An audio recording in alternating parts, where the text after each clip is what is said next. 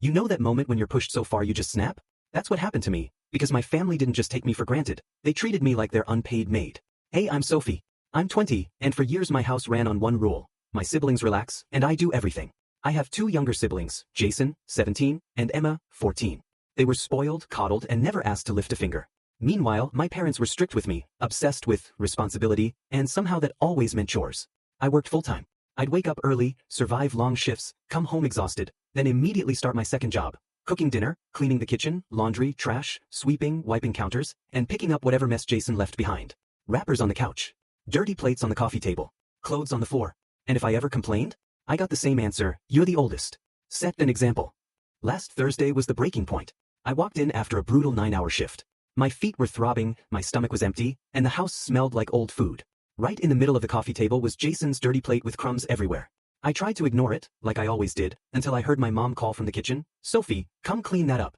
Jason left his plate again. I just stood there. Something inside me boiled. I went to the kitchen and said, Mom, I've been at work all day. I'm tired. Jason can clean up after himself. Her face changed instantly. Sophie, don't start. You're the oldest. Just do it. I felt my chest tighten. I'm not a maid. I do everything in this house while they do nothing. Why can't they help for once? She rolled her eyes like I was being dramatic. You're overreacting. Be grateful you live here rent-free. That one line did it. Rent-free. Like my entire life was a payment plan for being used. I looked into the living room. Jason and Emma were on their phones, totally unbothered.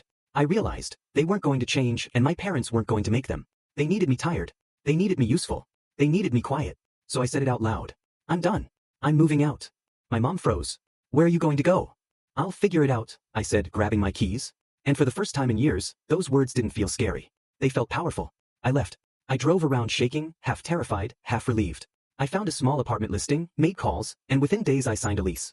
By the end of the week, I packed essentials and moved out. No speeches. No begging. Just gone. The first few days were unreal. Quiet. Peaceful. No orders. No guilt. If I didn't want to clean, I didn't. If I wanted to eat cereal for dinner, I did. My life finally belonged to me. Then the call started. My mom left a voicemail. Sophie, the house is a mess. No one is doing chores. Your dad is complaining. We need you to come back and help. Not, are you okay? Not, we miss you. Just, come fix it. Jason texted, do you even care about us? Come home and help. Emma messaged, can you do my laundry when you get a chance? And that's when I knew, they didn't miss me. They missed what I did for them. So I called my mom back and said calmly, I'm not coming back. I'm not your maid. Parent your kids. Teach them responsibility. I'm done. She snapped, so you don't care about family? I said, I care about myself now. And I hung up. I haven't gone back. And honestly, I've never felt freer. So tell me, should I have left sooner, or was I right to finally put myself first?